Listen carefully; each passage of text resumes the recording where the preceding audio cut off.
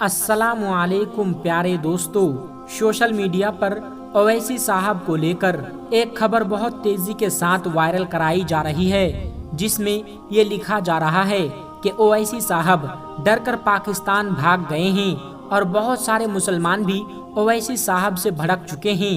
दोस्तों, ये खबर आपने सोशल मीडिया और मीडिया पर भी सुना होगा कि ओवैसी साहब से मुसलमान नाराज हो चुके हैं। तो इन खबरों की आखिर सच्चाई क्या है, आज की इस वीडियो में हम आपको बताने वाले हैं।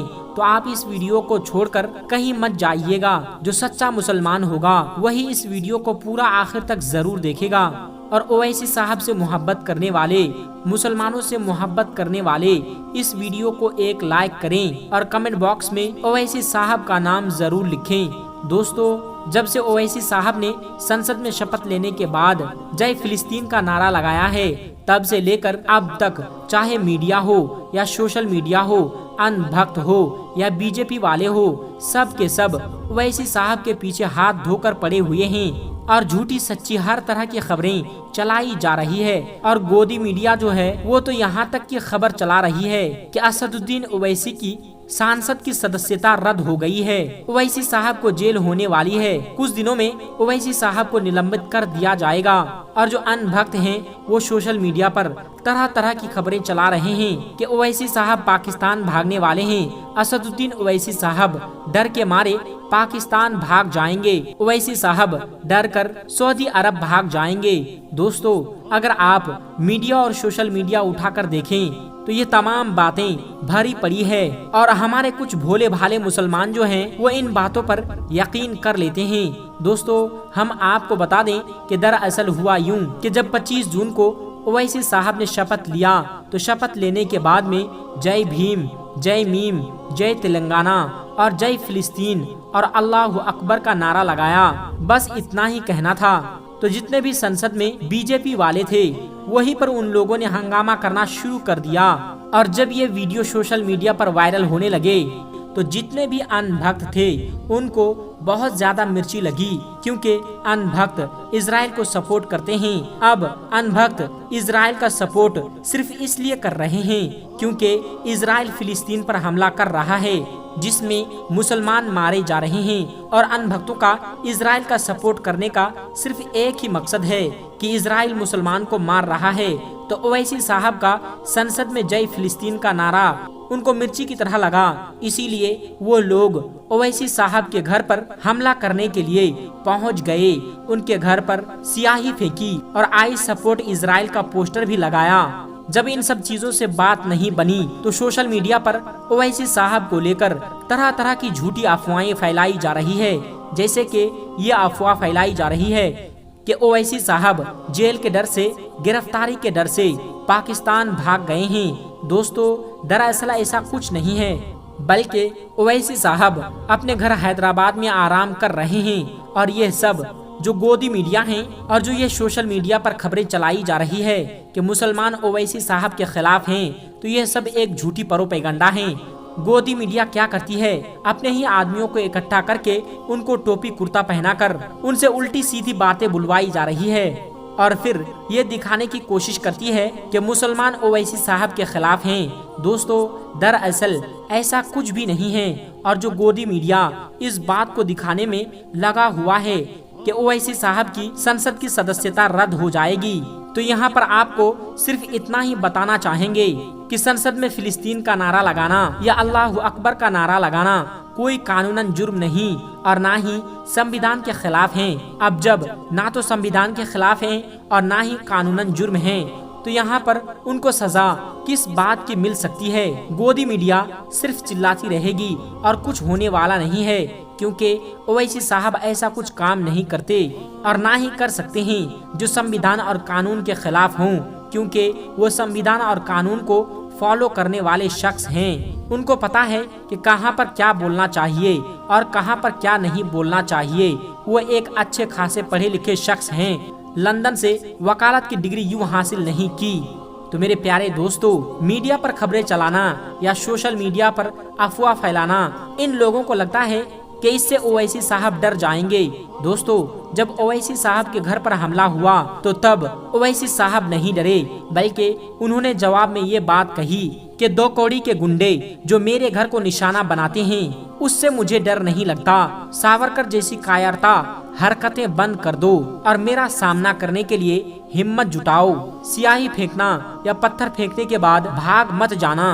दोस्तों, झूठी अफवाह फैलाकर सिर्फ मुसलमानों को थोड़ा गुमराह किया जा रहा है और बाकी कुछ होने वाला नहीं है। जो थोड़े हमारे मुसलमान भाई हैं जो ओवैसी साहब को बीजेपी का दलाल कहते हैं, उनसे यही बात कहना चाहेंगे, ये सब अफवाहें इसीलिए फैलाई जा रही है ताकि ओवैसी साहब के साथ में कोई भी खड़ा ना हो। दोस्तों, असदुद्दीन ओवैसी इस समय 55 साल के हो चुके हैं और वो ऑल इंडिया मजलिस इत्तेहादुल मुस्लिमीन के राष्ट्रीय अध्यक्ष हैं। असदुद्दीन ओवैसी पहली बार 2014 में हैदराबाद लोकसभा क्षेत्र में चुनाव लड़े थे, जिसमें उन्होंने जीत हासिल करने के बाद 2009 और 2014 में आम चुनाव लड़े, जिससे उन्होंने हैदराबाद के क्षेत्र से जीत हासिल करी। फिर उसके बाद 2019 में आम चुनाव में वो अपनी पार्टी से जीत हासिल कर ली और फिर जब 2024 में भी उन्होंने हैदराबाद से अपनी जीत हासिल करी। दोस्तों, इस समय ओवैसी साहब को लेकर काफी अफवाह उड़ाई जा रही है, लेकिन आपको इन अफवाह से बचे रहना है। हमारे इस चैनल को सब्सक्राइब करे रहिए, हम आपको हर एक खबर देते रहेंगे। आखिर में बस इतना ही कहना चाहेंगे कि ओवैसी साहब ने जो नारा लगाया है, ना ही वो संविधान के खिलाफ हैं और ना ही वो कानून के खिलाफ हैं और ना ही इससे ओवैसी साहब की संसद की सदस्यता रद्द हो सकती है और ना ही उनको इससे कोई जेल हो सकती है। तो मेरे प्यारे दोस्तों, बस वीडियो के आखिर में अल्लाह तबारक व तआला से दुआ करेंगे कि अल्लाह तबारक व तआला हम सबको ओवैसी साहब की और सभी मुसलमानों की हिफाजत फरमाएं और अल्लाह ताला हम सबको कामयाबी अता फरमाएं और हमें और ओवैसी साहब को दुश्मनों के जाल से महफूज रखे और अल्लाह तबारक व तआला मुसलमानों की हिफाजत फरमाएं। जितने लोग भी इस वीडियो को देख रहे हैं, अल्लाह तबारक व तआला उनकी हर नेक और जायज हाजत को पूरा फरमाएं। जितने भी लोग इस वीडियो को शेयर करेंगे, अल्लाह तबारक व तआला उनको दुनिया और आखिरत दोनों जहान में नियामत अता फरमाएं। आमीन या रब्बल आलमीन। दोस्तों, 25 जून को जब से संसद में शपथ लेने के दौरान असदुद्दीन ओवैसी साहब ने जय भीम, जय मीम, जय तेलंगाना और जय फिलिस्तीन, तकबीर अल्लाहु अकबर का नारा लगाया। इसमें जो जय फिलिस्तीन का नारा लगाया है, जिसको लेकर पूरे बीजेपी और अन्य भक्तों में एक बवाल सा खड़ा हो गया है। ये नारा नहीं बल्कि बीजेपी वालों के लिए एक तूफान था। गोदी मीडिया भी खूब खबरें चला रही है कि इससे ओवैसी साहब के संसद की सदस्यता खत्म हो जाएगी। तो मीडिया में ये भी खबरें चलाई जा रही है कि ओवैसी साहब को जेल भी हो सकती है। तो कोई मीडिया वाले ये खबर चला रहे हैं कि इससे ओवैसी साहब पर इलेक्शन लड़ने से बैन हो सकते हैं। लेकिन दोस्तों, ये सब बातें फर्जी है, ऐसा कुछ नहीं होने वाला है, क्योंकि ओवैसी साहब ने जो भी नारा लगाया है ये संविधान के खिलाफ नहीं और ना ही ये कानून के खिलाफ है। लेकिन मेरे प्यारे दोस्तों, आपको बता दें कि राष्ट्र राजधानी दिल्ली में अशोक रोड पर मौजूद ओवैसी के घर पर जुमा की रात को कुछ लोग पहुंचे थे। इस दौरान उन लोगों ने इजराइल के समर्थन वाले पोस्टर चिपकाए थे और उनके घर पर काली सियाही फेंकी थी। पुलिस के अनुसार इस घटना में 5 लोग शामिल थे। उन लोगों ने ओवैसी साहब के घर के बाहर पोस्टर चिपकाए जिसमें लिखा था, भारत माता की जय, मैं इजराइल का साथ हूँ और ओवैसी को निलंबित किया जाना चाहिए। इस घटना का एक वीडियो सोशल मीडिया पर खूब वायरल हुआ था, जिसमें एक उपद्रवी ने कहा कि देश के युवाओं को उस नेता के खिलाफ एकजुट होना चाहिए जो भारत माता की जय नहीं बोलता। सूचना पाकर मौके पर पुलिस पहुंची। दिल्ली पुलिस ने पोस्टर हटा दिए। हालांकि तब तक पोस्टर लगाने वाले लोग वहां से जा चुके थे। पुलिस के एक अधिकारी ने बताया कि वह लोगों को पहचान करने की कोशिश कर रहे हैं, उनके खिलाफ कानूनी कार्रवाई की जाएगी। असदुद्दीन ओवैसी ने सोशल मीडिया प्लेटफॉर्म एक्स पर लिखा कि कुछ अज्ञात बदमाशों ने आज मेरे घर पर काली सियाही फेंकी और हमला किया। अब मैं गिनती ही भूल गया हूँ कि मेरे दिल्ली में मौजूद घर को कितना बार निशाना बनाया गया है। जब मैंने दिल्ली पुलिस के अधिकारियों से पूछा कि उनके नाक के नीचे से यह सब कैसे हो रहा है, तो वो बेबस खड़े रहे। असदुद्दीन ओवैसी ने अपनी पोस्टर में केंद्रीय मंत्री अमित शाह और लोकसभा अध्यक्ष ओम बिरला को टैग करते हुए कहा कि आपके होते हुए ये कैसे हो रहा है, कृपया हमें बताइए, सांसदों की सुरक्षा की गारंटी होगी या नहीं। उन्होंने आगे लिखा, मेरे घर को निशाना बनाने वाले 2 कौड़ी के गुंडों से कहना चाहता हूँ, इससे मुझे डर नहीं लगता। सावरकर जैसी कायर क्रूरता हरकतें बंद करो और मेरा सामना करने की हिम्मत जुटा। स्याही फेंकना या पत्थर फेंकने के बाद भाग मत जाना।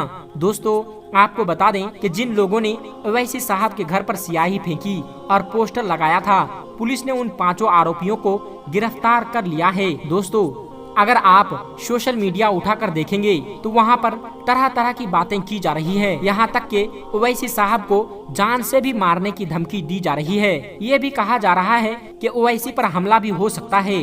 दोस्तों, आपको बता दें कि ओवैसी साहब हैदराबाद में अपनी फैमिली के साथ में रहते हैं। ओवैसी साहब के 6 बच्चे हैं, जिनमें 1 बेटा और 5 बेटियां हैं। अगर पूरी दुनिया में मुसलमानों को लेकर कहीं पर कुछ भी होता है तो पूरे हिंदुस्तान में सबसे पहले आवाज ओवैसी साहब की आवाज बुलंद होती है और इंशाअल्लाह ताला आगे भी होती रहेगी। और मेरे प्यारे दोस्तों, ये जो लोग बातें कर रहे हैं कि जय फलस्तीन का नारा लगाने की वजह से ओवैसी साहब के साथ ऐसा हो सकता है, वैसा हो सकता है, जेल हो सकती है, तो ये सब फर्जी बातें हैं, क्योंकि ये नारा लगाना ना तो संविधान के खिलाफ है और ना ही कानून के खिलाफ। और ओवैसी साहब कोई भी ऐसा वैसा काम नहीं कर सकते जो कानून के खिलाफ हो या जो हमारे संविधान के खिलाफ हो। दोस्तों, आज जो सच्चा मुसलमान होगा, जिसके दिल में मुसलमानों के लिए हमदर्दी होगी, वही इस वीडियो को पूरा आखिर तक देखेगा।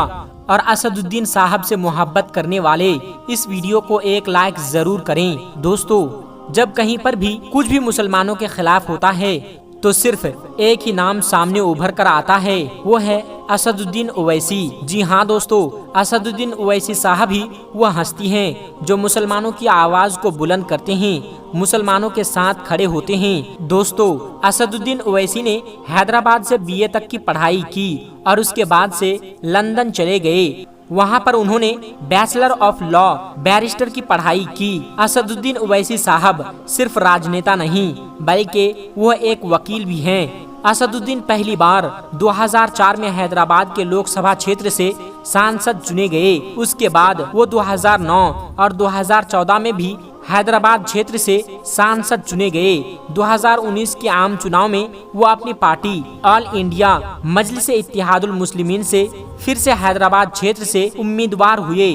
और फिर जब एक बार 2024 में इलेक्शन हुआ तो असदुद्दीन ओवैसी ने हैदराबाद से बड़ी जीत हासिल करी और संसद में अपनी सीट को पक्का करा लिया। लेकिन 25 जून को शपथ लेने के दौरान, शपथ लेने के बाद जय भीम, जय मीम, जय तेलंगाना और फिर जय फलस्तीन बोला। उसके बाद में तकबीर अल्लाह अकबर पर अपनी बात को खत्म कर दिया। लेकिन जैसे ही ओवैसी साहब ने जय फलस्तीन बोला तो सांसद में हंगामा हो गया। जितने भी बीजेपी के सांसद थे उन्होंने हंगामा करना शुरू कर दिया और तब से लेकर अब तक ना जाने क्या किया ओवैसी साहब पर टिप्पणी की जा रही है। कुछ लोग ओवैसी साहब को हमास का आदमी बता रहा है तो कुछ लोग पाकिस्तान का आदमी बता रहा है और काफी गालियां भी दी जा रही है। यहाँ तक के राष्ट्रपति के पास भी ये सिफारिश कर दी गई है कि ओवैसी की संसद की सदस्यता खत्म कर दी जाए। लेकिन दोस्तों, यहाँ पर गैर कानूनी वाली बात यह है कि अगर जय फलस्तीन का नारा लगाना हिंदुस्तान में कोई जुर्म होता तो ओवैसी साहब ऐसा कभी नहीं करते, क्योंकि ओवैसी साहब कोई जाहिल नहीं है बल्कि उन्होंने लंदन से वकालत की डिग्री हासिल करी हुई है और ऐसा करने से पहले उन्होंने काफी सोचा समझा होगा, तब जाकर उन्होंने जय फलस्तीन का नारा लगाया होगा। अगर यह हमारे संविधान के खिलाफ होता या हमारे कानून के खिलाफ होता तो ऐसी बातें और ऐसी हरकतें ओवैसी साहब कभी नहीं करते, क्योंकि वो संविधान और कानून का पालन करने वाले शख्स हैं। लेकिन उनके खिलाफ मीडिया पर और सोशल मीडिया पर काफी बातें चलाई जा रही है, उनके सदस्यता को रद्द करने की बात की जा रही है। यहाँ तक कि उनको जेल में डालने या उनको कड़ी से कड़ी सजा देने की बात की जा रही है। तो दोस्तों ओवैसी साहब से ऐसा कुछ नहीं होने वाला है, क्योंकि ओवैसी साहब पढ़े लिखे इंसान हैं और उन्होंने जो भी किया संविधान और कानून को मद्देनजर रखते हुए ऐसा किया होगा। ओवैसी साहब को लेकर वैसे भी बहुत सी बातें चलाई जाती है। हमारे कुछ मुसलमान भाई हैं, उन्हें भाजपा का दलाल कहते हैं, उन्हें बीजेपी से पैसे खाए हुए बोलते हैं। इन सब बातों के बावजूद भी ओवैसी साहब पीछे नहीं हटे। उनके ऊपर कई बार गोलियां भी चलाई गई, कई बार हमले किए गए, लेकिन फिर भी वो डटे रहे। बस आखिर में अल्लाह तबारक व ताला से दुआ करेंगे कि अल्लाह तबारक व ताला ओवैसी साहब को सलामत रखे, उनकी हिम्मत में इजाफा करें, उनको हमारा लीडर बनाएं। आमीन या रब्बल आलमीन। प्यारे दोस्तों, कमेंट बॉक्स में आमीन जरूर टाइप कीजिएगा, पता नहीं किसका आमीन कबूल हो जाए। तो आज की इस वीडियो में बस इतना ही। मिलते हैं एक फिर नए वीडियो के साथ। अस्सलामु अलैकुम व रहमतुल्लाहि व बरकातुहू।